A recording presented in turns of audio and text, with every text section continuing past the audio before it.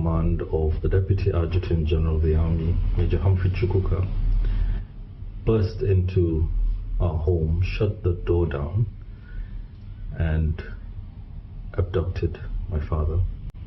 He was asked to wear his coat because the night was cold, and my mother was assured that he would be returned safely. Shortly thereafter, he was executed by a burst of machine gun fire on the lawns of the golf course beside our home in Ikoyi. He was struck by 13 bullets, one of which smashed his jaw, so he must have died pretty quickly. He was not the only one killed that night. There were several others. The killings of that night led to a spiral, which resulted 6 months later in reprisals, the killings of many, many officers of the Nigerian Army and many men. Subsequently, that led to a spiral of violence on the streets, especially in the north of Nigeria, the targeted killings of Igbos, and subsequently the Nigerian Civil War. The fledgling revolution was, however, foiled by the general officer commanding the Nigerian Army, Major General Johnson Agui-Ironsi.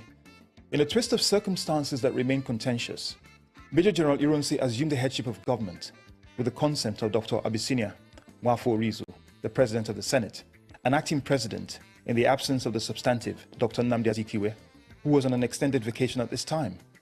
Major General Ironsi became the head of state of the Federal Republic of Nigeria on January 16, 1966. In short, Nigeria was now under the rule of a military government.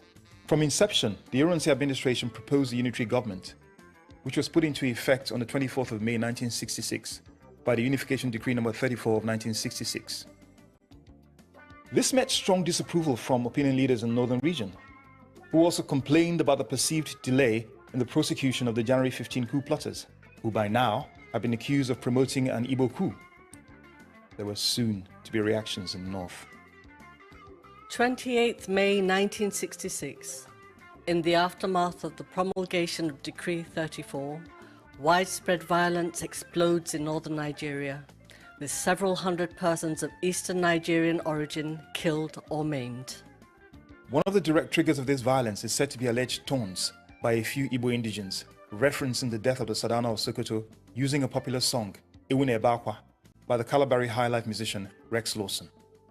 Ewune Bakwa, it used to be like in moonshine at nights where children used to play. They used to sing this song. That is, the goats used to shout while the dogs bark and the cocks crow. So Rex Lawson decided now to record it. So at that end of the year, we now traveled. There was a hotel we went and played. I think either Kano or Kaduna, owned by somebody from River State, I think from Abonima. Okay. So now most of our boys now translated this language, Ewu Nebakwa, meaning that was how that man was crying when he was killed before.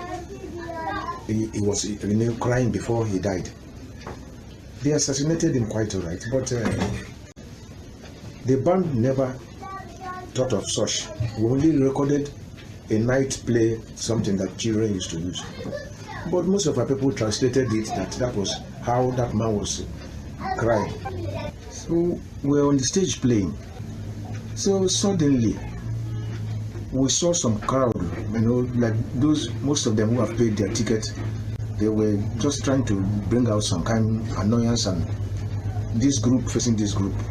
Not knowing, most of these guys translated that record to all the other people, meaning how they killed their person. So they were provoked. They left the club. We were playing, we were watching. What we saw was people coming with sticks, cutlass, axe, direct to the club where we were playing. So the owner of the hotel told us we should stop and go away from the stage. We now left, stopped music, left. They came, where are those people? They've gone, eh? Oh, so they come to tell us how they kill our big man. While that wasn't what made us to make that record. Another trigger for the violence was said to be an article published in the Drum magazine deemed disrespectful of the memory of the Sardauna. The author being the journalist Kos Idapo, alleged to be of Igbo origin. In actual fact, this was the pen name of Dapo Fatogun, a Yoruba journalist. However, in the fraught atmosphere of 1966, in-depth analysis of rumors was not always prevalent. Easterners fled the north in droves, many of whom met their death on the trains and lorries to which they flocked in search of safety, as irate mobs attacked those seeking to leave. I was in Kaduna. My parents were 2 girls and 5 boys, and my mom was pregnant. So my first recollection was that was the territorial controller of P&T, Post and Telecommunications. And I remember that coming home one day and gathered everybody and said, we have to leave now. That was about 6 o'clock in the evening. So he had a Victor Vauxhall. So he loaded 7 kids with a pregnant woman and drove all night. I knew something was wrong because all of a sudden I could see the panic. I was 5 years old.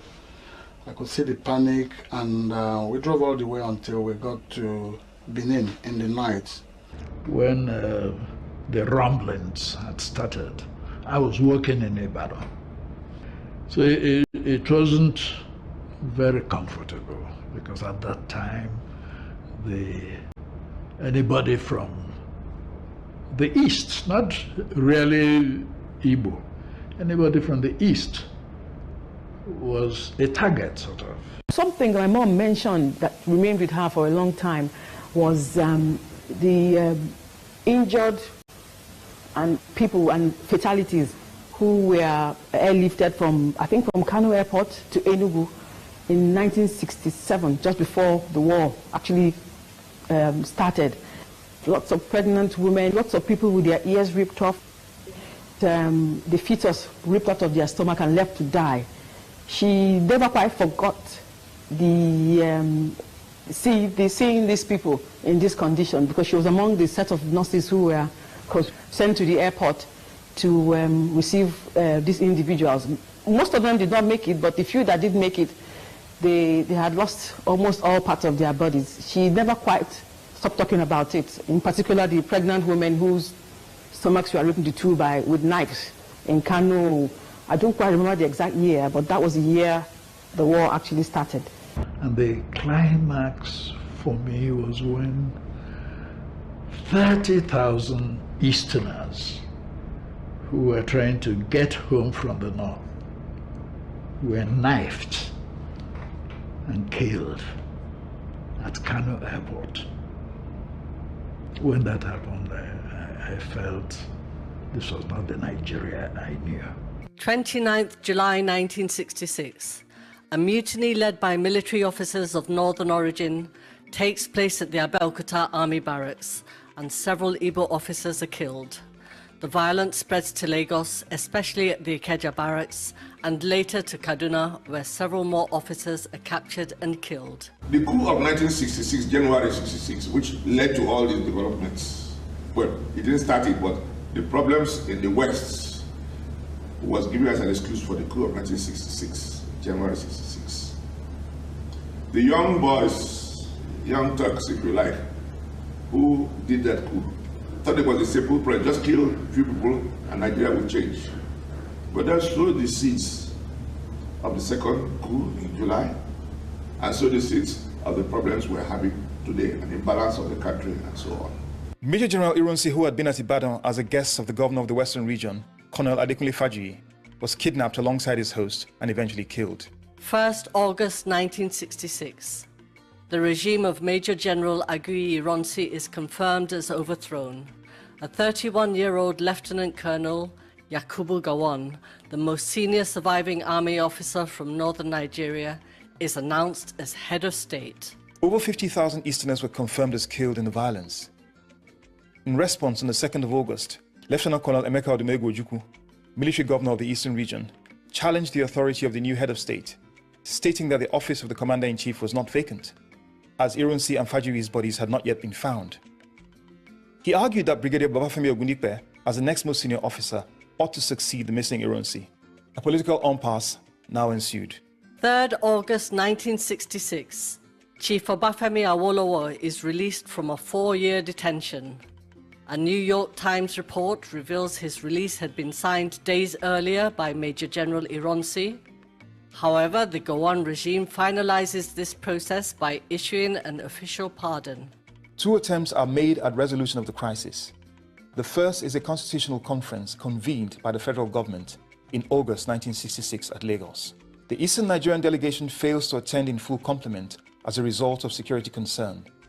The second is a series of peace conferences convened by the military head of state of Ghana, General Ankara at Aburi, Ghana. The first holds over 2 days from the 4th to the 5th of January 1967 and results in an agreement in principle for a strong federated structure for Nigeria with substantial regional powers.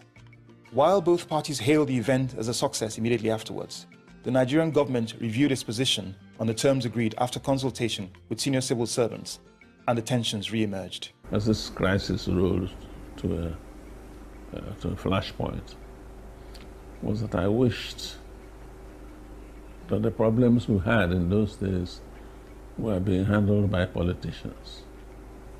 They would have found a way of pulling away from the brink. We saw we were oppressed because of all the things that were done at Aburi, Ghana, by our leader, Ojukwu, and Gowon, the leader of Nigerians. And then these things were reported in papers.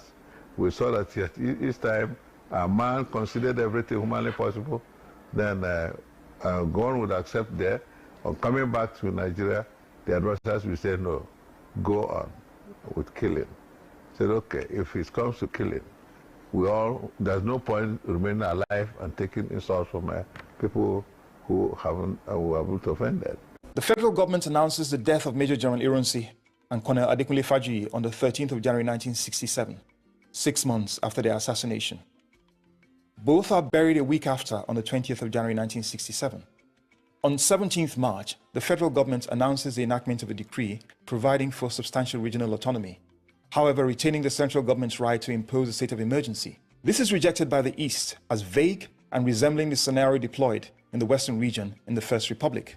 On the 31st of March 1967, the Eastern Region government ceases remittance of revenue generated in the region to the central government. On the 1st of April 1967, the federal government and the Eastern Region begin mass recruitment into the army.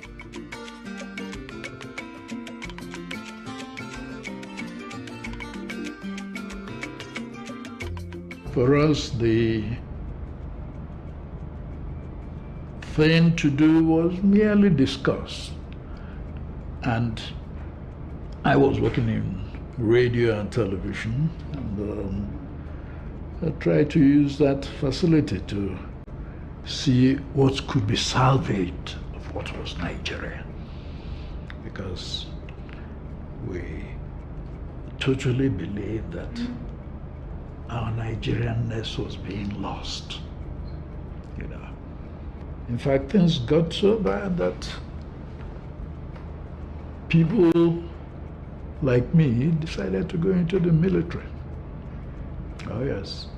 On the 19th of April, the Eastern Region government takes over all federal government establishments in the region, such as the police, ports authority, railroads, post and telegraph, broadcasting, coal mining, and shipping. The federal government responds with the effective economic blockade of the East after a meeting of the Supreme Military Council on the 22nd of April. A delegation led by Chief Obafemi Awolowo visited Biafra to seek a resolution. This was unsuccessful. Also, at a meeting of the Western Assembly of Elders at Ibadan on the 1st of May 1967, Awolowo declared that if the East was allowed to secede, then the West would follow suit. He laid down a 4-point set of suggestions, which were A, that a peaceful solution should be sought at all costs to keep the East within the Federation. B, that if war against the East became inevitable, it must be agreed by all the remaining regions of the Federation. C, that the federal government should not automatically create a cross-Oil River state enforced by the use of force in response to a resolution for secession by the East. That there be a plebiscite before any such action. He disagreed with Ojukwu's demand for separate monetary systems for the regions, but agreed with the maintenance of a separate military infrastructure with personnel indigenous to each region. The last week of the month of May 1967 was to prove the most crucial in this crisis. 26th May 1967. The Eastern Region Consultative Assembly begins a 2-day meeting to consider the region's future. A proposal for the secession of the region is considered. At the conclusion of the meeting on 27th May, the secession of the region from the Federal Republic of Nigeria is unanimously passed. Your meeting today is very crucial. The East is at the crossroads. Since our last meeting, everything possible has been done by the enemies of the East to escalate the crisis in an attempt to bring about the collapse of this region. They have failed and will continue to fail.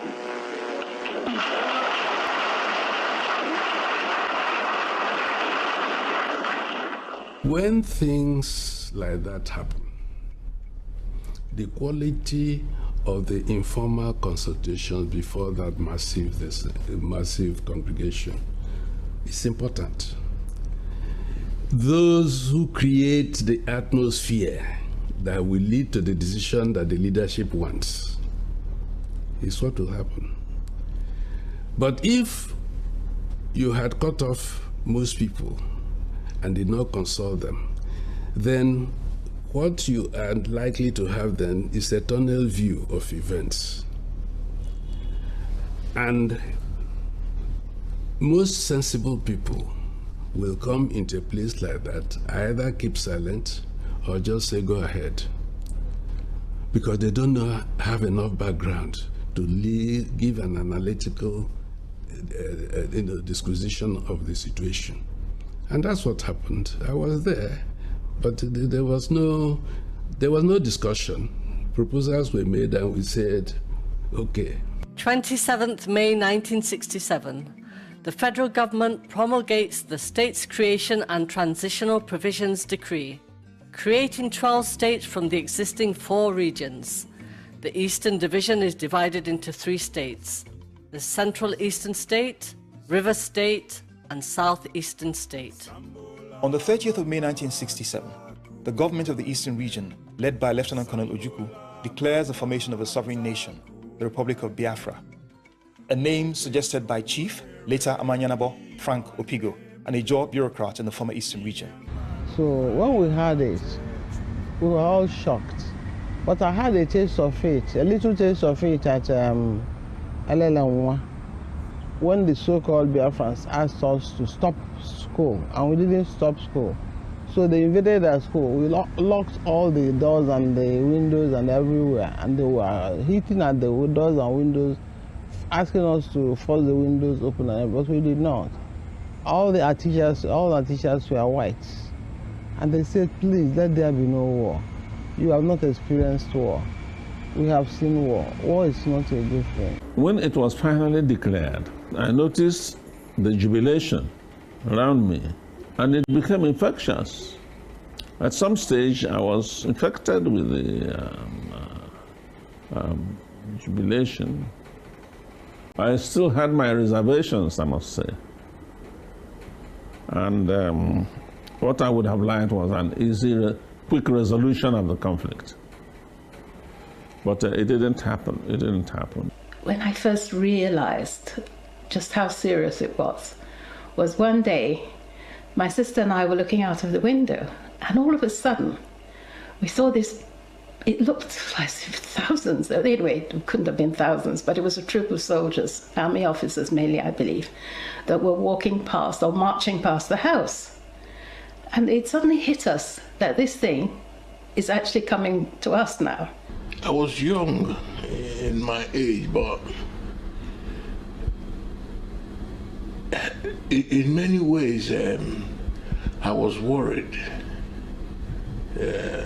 I was actually worried about it, but like everyone else, we just tagged along, and believed in Biafra. When it actually dawned on me that this is serious was when my brother and cousins and some of their friends left, and went to the training, there was recruitment camp where they were taking in young officers, and then they sent word back home that they've gone in to enlist in the army. It really came home that, oh, okay, this is not just a game, this is really serious. The Igbos in particular were really provoked. You see, but it's not sensible to go into war when it's obvious that you cannot win a war. And a wise man would have done something diplomatically or otherwise to avoid the war. Why I say this is that there were mistakes that were made.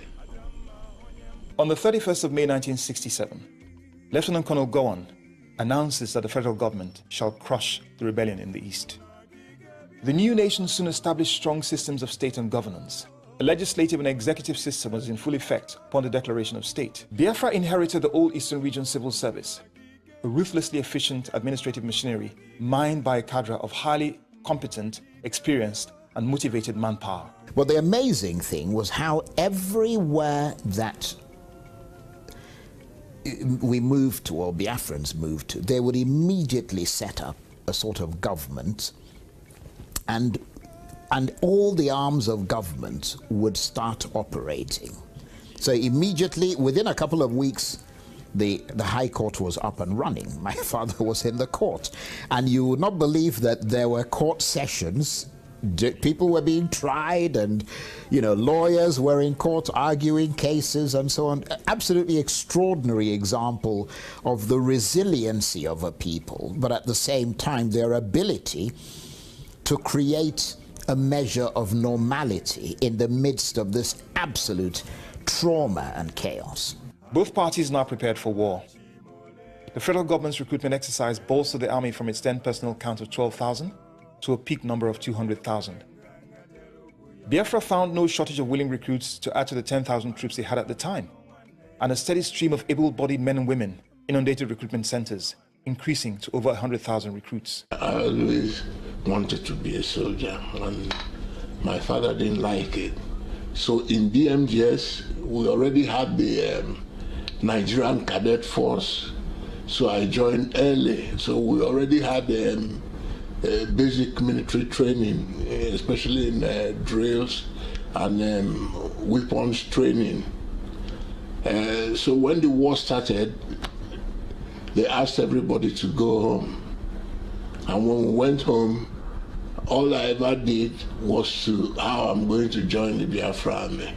I was rejected 3 times, because those days you have to fill out a form, you had to join properly, And that wasn't the case much later in the war, but in the end, I managed to get in. In fact, I was in the office one day, I was called upon to say, Paul, come for a meeting. So I went there, I said, we are forming a whole division. I said, wow, how would we do it?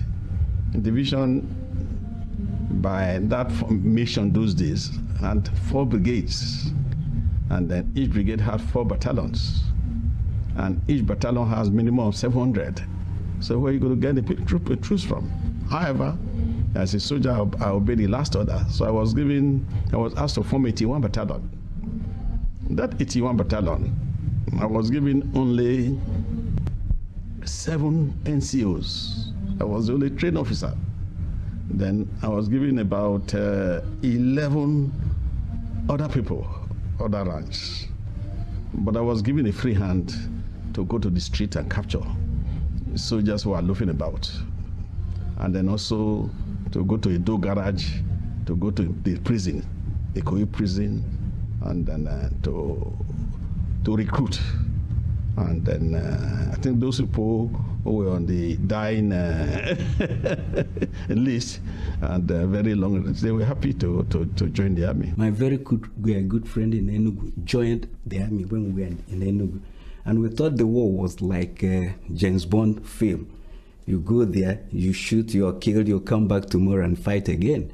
So we even wanted to enlist and fight. For us, it was fun, but we were too little. So each time we went for selection, they would use their belt and chase all of us away. One of my friends sneaked through boys' company that we were in, into militia, and then regular army. And the day he came back in uniform, we were all crying, look at our mates. We should be there. He was carrying his rifle and this. Professor Lab told me, you want to go back to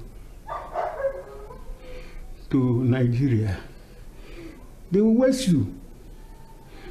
They don't know the power of intellect you possess. They will waste you there. I said, no, I must enter Biafra. I must join them in fighting. The last place we were, my group was in Owerri prison. Then after a few months, we were all taken back to Enugu, where Ojukwu was the governor of Eastern region. And at that time, there had been real friction between Ojukwu in the federal and Yakubu Gowon, who had overthrown Ironsi. We knew there were prospects for war. So Ojukwu addressed us as detainees, but we weren't wearing a prison uniform. We were wearing our normal dresses. And when he told us that we would be reabsorbed into the army, there was reason to rejoice, because then we were free. But you know you're free for a purpose. That purpose was for the war, because it was impending. But as soldiers, we didn't care. The Air Force commander, he drove down in his red Beetle to take myself and the other colleague away from the guard room. He drove us straight to the airport where our other colleagues were. And that night, it took us about 4 p.m. that evening. And that was the night the Air Force evacuated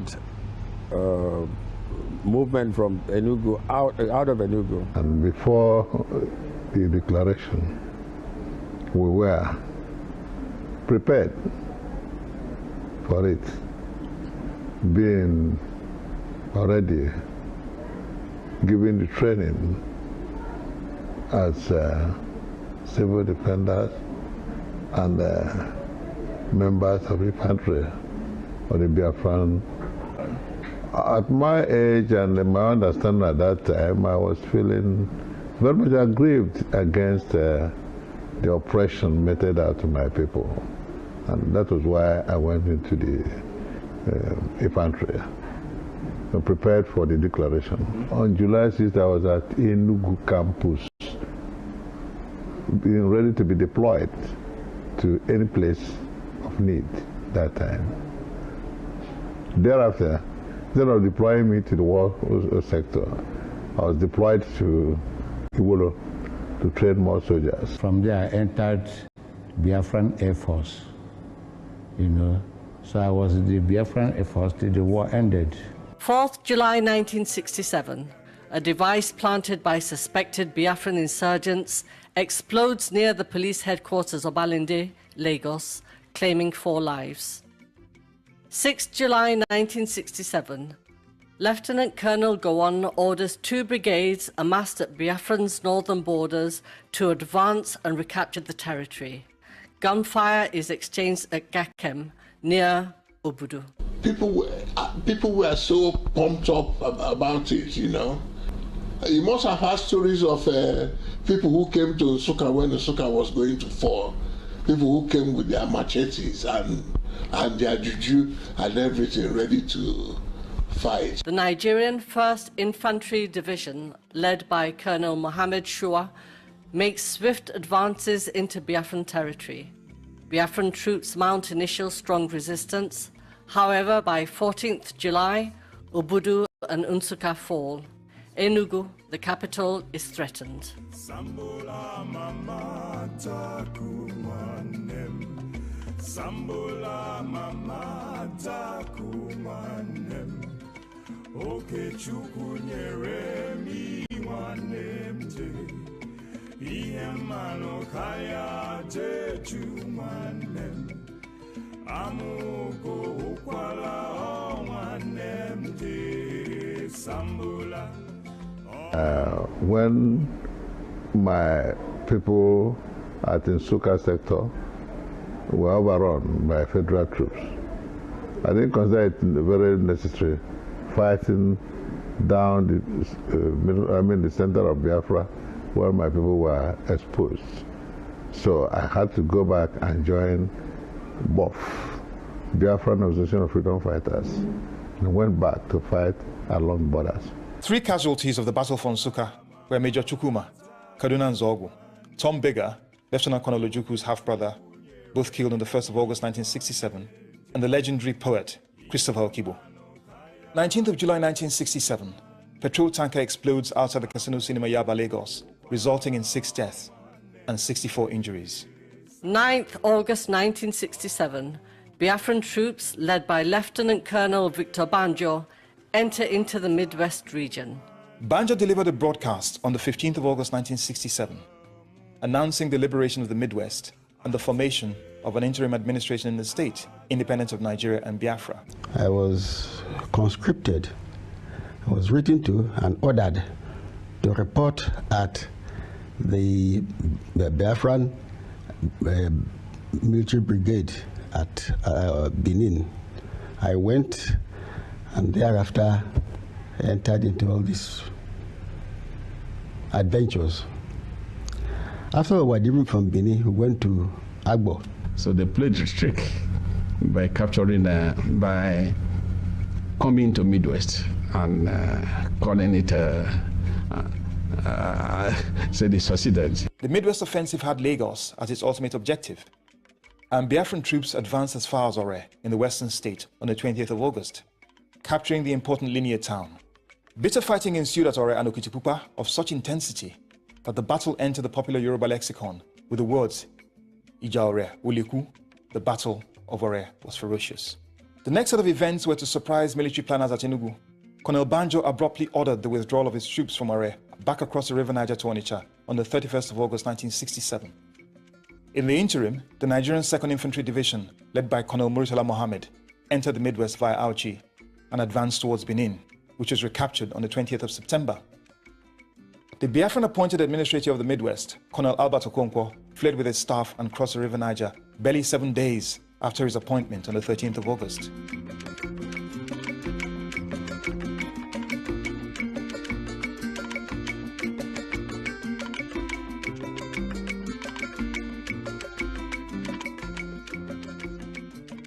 My brigade happened to be the rear, reserve of the division, 2 division.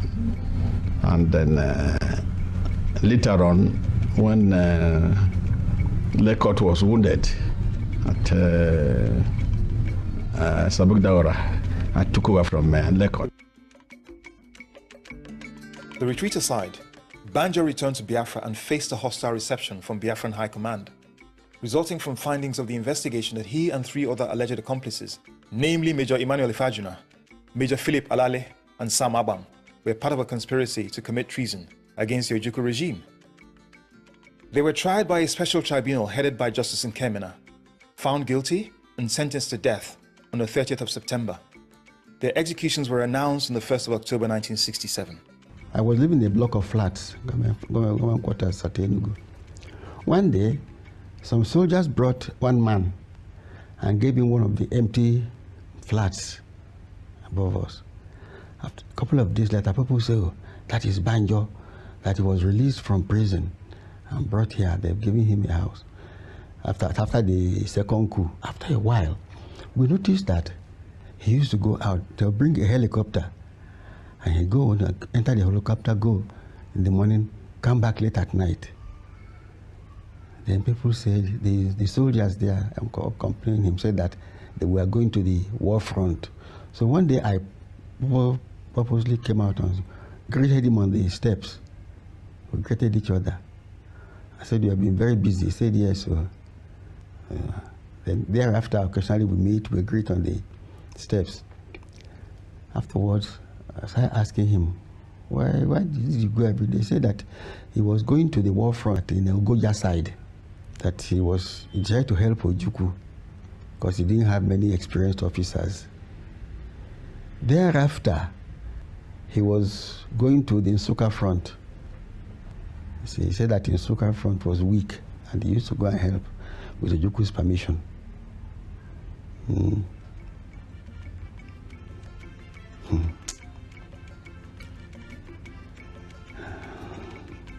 On the 5th of October 1967, Enugu falls.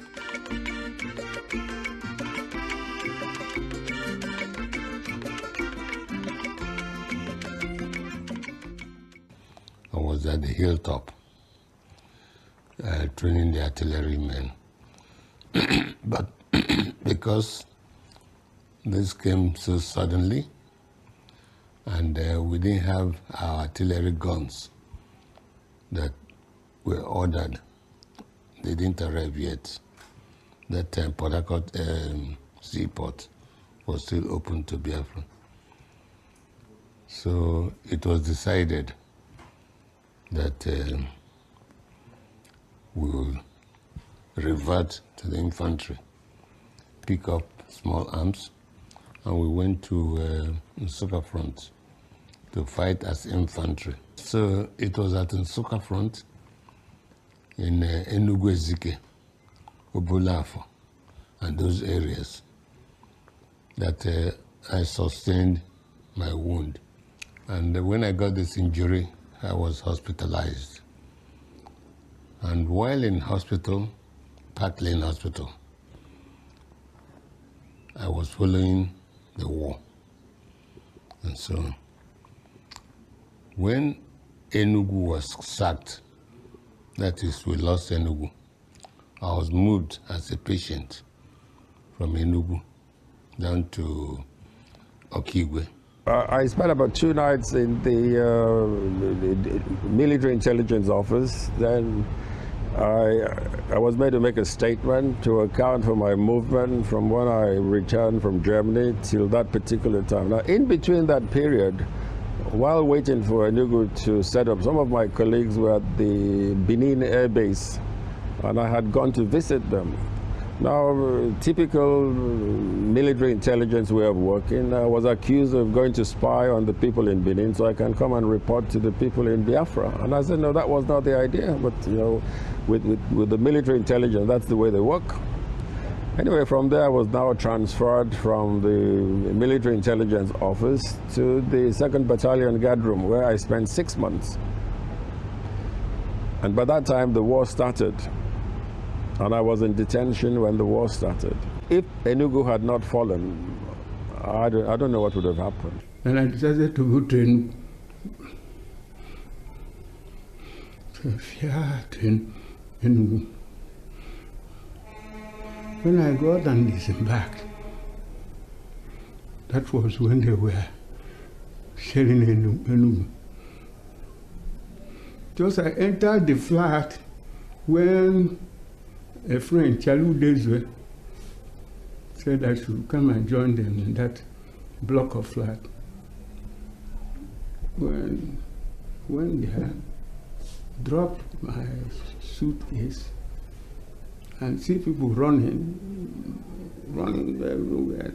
Well, let me say this, yes. It was a terrible thing that when we were at Enugu now, my experience, first of all, they declared war, and by the time, some 2 weeks after that, I hear they were shelling Nsukka, where they have the university, and people were running. And another week, then they started shelling Enugu.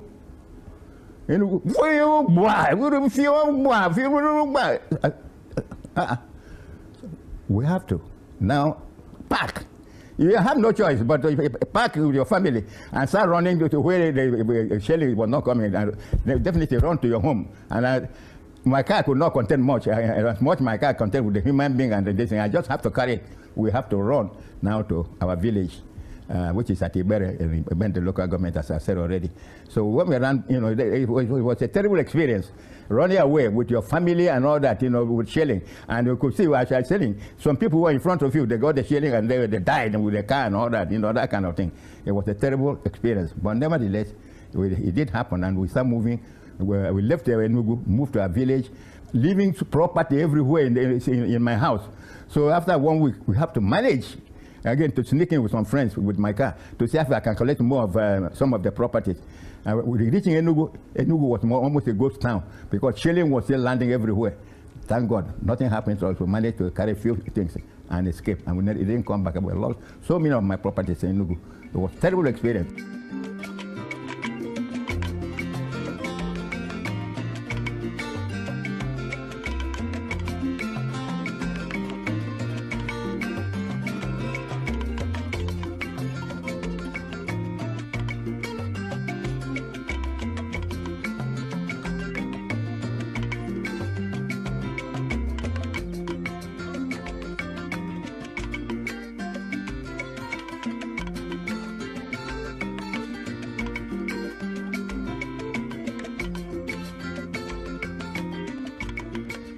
6th October 1967, Umuahia replaces Enugu as the Biafran capital. I was not in Enugu, but I was part of the 10 Battalion logistic moving stuff from Enugu, from our unit, to relocate to other places through Okunano, Ogo, and Ihube, you know.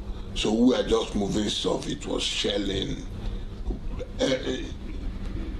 throughout, you know, and like I told you, I was not particularly there myself, you know, but it was quite depressing at the time. But the thing with Biafra is that they have always been prepared. They're a step ahead. You know, when they anticipate it, they move things. So the fall of Enugu had been anticipated, and a lot of stuff have already been moved from Enugu governments, Ojukwu himself, soldiers and everything. And then, while at the same time they try to form a defensive line, you know, which was often breached as the federal forces advance more and more. 6th October 1967, Asaba falls to federal troops. I came back to go and join to capture Asaba. Then Ela, Ebu. From Asaba, troops of the 2nd Infantry Division attempted incursion into Onitsha. This was hampered by the Niger Bridge having been blown up by troops commanded by Colonel Joa Chuzia. On 9th October, federal troops crossed the River Niger to Onitsha. However, the invading force was virtually annihilated by Biafran defenders on the 17th of October. Another attempt on the 28th of October was once again repelled by Biafran forces, with huge losses on the Nigerian side.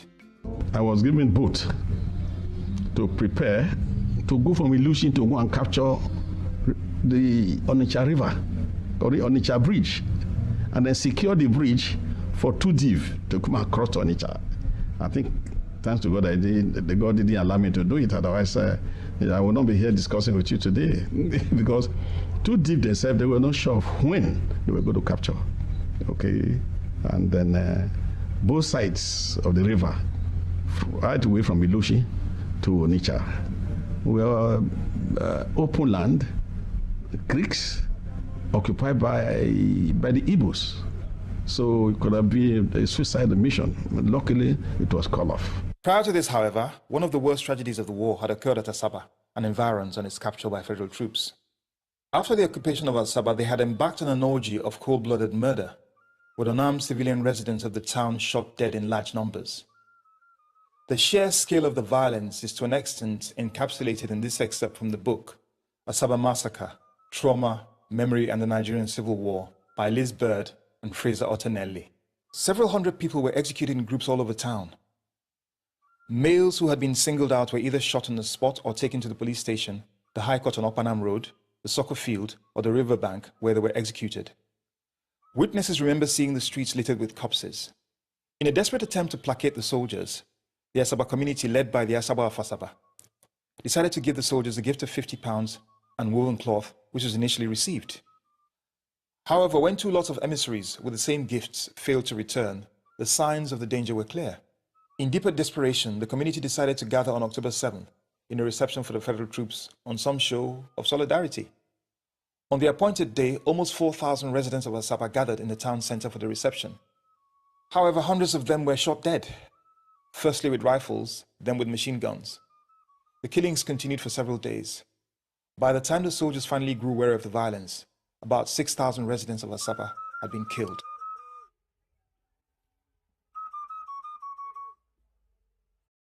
In fact, what happened in Asaba was unfortunate. I call it a repeat of the Trojan affair, okay, where the Trojans they were given a gift, okay. Asaba people did everything to prevent the Biafrans, who regarded Asaba as a home, from forming a nuisance in Asaba. They managed to cajole them to leave. After 3 days, they came back. And by then, Nigerian government, Nigerian troops have occupied. And then what we call war hysteria. You know, our men that are being in war front, that have been fighting, they become, hysteria is sort of madness. Okay, they become a little bit of, they have now cultivated a little bit of madness. And then Murtala Mohammed, who was at GOC, was at Umunide, said, all right, bring all the mail to Ross in Umunide. Okay, male, female, first of all, male. There were highly personal accounts of this tragedy also. Part of the first set of killings they had was on the 5th and the 6th. And the 6th, they killed 2 of my cousins with their friends in our family house in Omoko, in Asaba here, you know. At that time, I dropped my what I was carrying. I got up and saw Murtala Mohammed in a black car. They slowed down. They were polite. Madam, what is wrong? I said, they've taken my husband and the brother. I said, don't worry, nothing will happen to them. Don't worry, don't mind. That gave me the courage to go home. But on getting home, I saw my mother-in-law and everybody sitting there. I said, I had to go back. That getting back, that's when they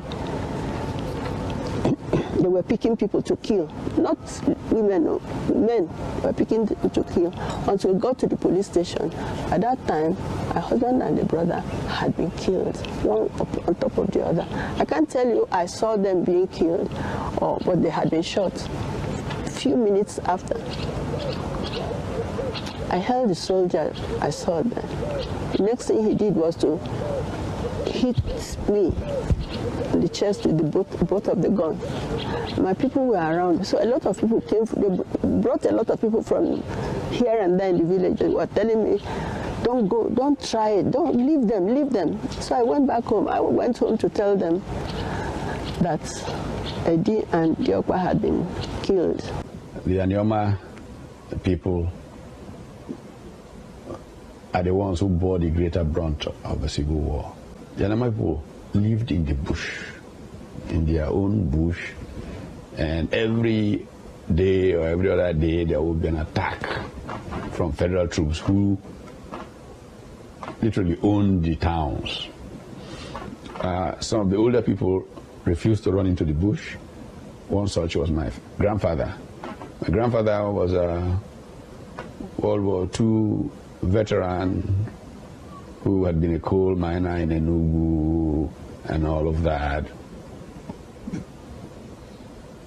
Poor man thought, what am I doing running from anybody in my 70s or something? Just in front of his house, where he had a cocoa farm. He had a farm right behind his house, and he lived in his house and worked his farm. Some young soldier just came and shot him for exercise and killed him. After the mass killings, there was house to house. There were house to house killings after the mass killings because, you know, I escaped the mass killings because I went back to the cable points of going uptown with the rest of the crowd. The next day, because my father didn't come back that day, didn't come back home that day, and because he had put back the battery in his car and drove. My paternal grandmother was telling us this. Put back the battery in his car and entertained the officer or whoever, you know, who knew in the crowd in the station that he took back home. They had some entertainment with White Horse whiskey. My grandmother was telling me that. And the one they didn't finish, they took along. And my father put the battery in his car back and drove them back to wherever. But that was the last anybody saw of my dad. We were looking at the women dig a grave for Okogu. Okogu was a tall man, a big man. The grave was a very shallow one, because how far can they dig? But we could see where he was shot. At the time we were running away in the night, I couldn't imagine. I was just seeing a heap of human beings. So the body started rotting the next day. So the soldiers themselves were afraid of an epidemic. So only the women who were bold enough to come and identify their dead and carry the body away were the ones who took their bodies, right? The rest were the immobilized men they could find to come and dig their graves and buried all of them in mud. So I'm sure all these people that we are building, they must have been digging out skulls and skeletons of human beings. However, there were cases of exceptional humanity by a handful of Nigerian officers in the midst of these atrocities. 3 examples being Captain Matthias Obude, who witnesses testified saved several lives, Lieutenant Colonel Nathaniel Nsamu, who saved several lives in the Ibuza area, and Colonel Paul Obebo. So as we were lining up, another group of federal soldiers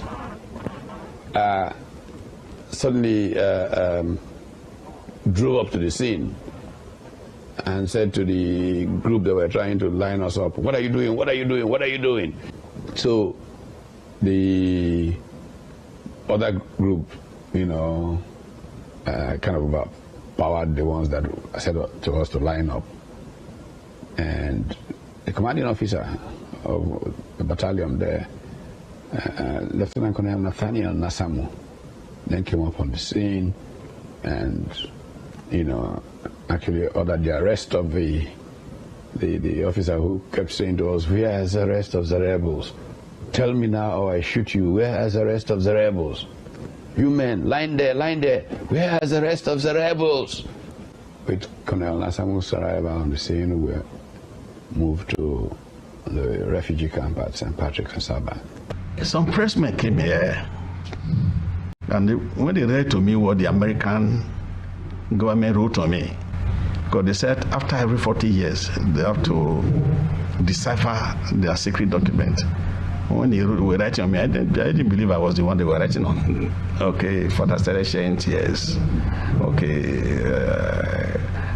and they said, my braveness, something that what God used me to do. Okay, and then I did all those things unknowingly. And that is when I was driving down from Cable Point. I saw them killing some people. You know, I couldn't help to go and stop them. I couldn't help cocking gun at my own men to say stop that nonsense. Okay, and then God used me quite a lot. I don't know what became of me. That I didn't think of fear. I didn't think of anything. And then God used me. Okay, up to a Gwashipu area, up to a Ibuzo area. God used me, and then I'm grateful to God for using me. Okay. And then we killed many Asaba people, very many. Okay, it's incidentally out of madness. Okay, hysteria, war hysteria, killed many. And then a few days after, we now went to Onitsha, and many of us were killed. So nemesis. See the teaching, the principles of war. Never you take innocent soul. clever. You take anything that doesn't belong to you, don't put it in your pocket. General Gowon was several years later in 2002 to make a personal apology to the people of Asaba for the tragedy. When Gowon visited many years ago, he said that Asaba people will never forget, but we forgive. So we built the theme of the 50th anniversary around remembrance and forgiveness. Okay, so forgiveness does not give the killers a legal pass. But what we say is that we need to forgive so that we can heal. We need to forgive so that we can acquire closure for our grief. Yeah, and then we need to forgive to be able to now relate to the outside world. We can relate better. You know, we can also seek justice without malice. And with this justice that I think we should seek will be the justice of inquiry, the justice of demand, starting with why did you massacre our people? Why did you inflict this genocide on us? Basically, I prefer to have an explanation rather than an apology. And I know that quite a number of rational Asaba people stand on that.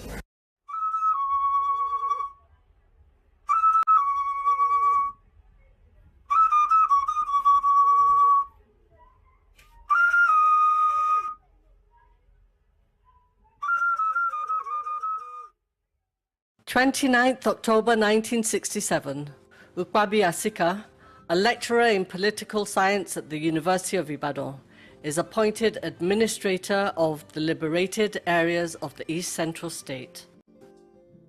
Asika had been a critic of the secession based on the seeming unequal force of arms, and indeed a belief in the Nigerian project in the long term. He was already outside. He was back in East Africa, but something was calling him.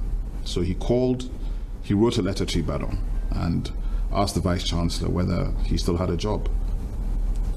I think the Vice Chancellor thought he was mad because most of the Igbo lecturers had taken off for Nsukka. But you know, my father being a man of, I don't know, self-confidence, but I don't know what it was based on because he didn't have any resources, security or anything. So they said, yes, you have a job. So he took off end of July, 67 from Nairobi on Lusaka back to Lagos to Ibadan and resumed work. From that time through till the time my father's appointed, General Gowon had put out the word looking for candidates who might be crazy enough to take up the appointment. And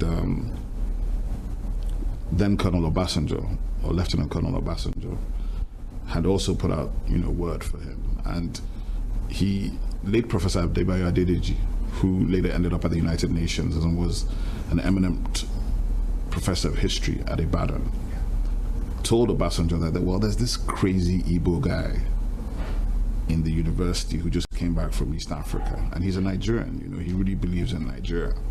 And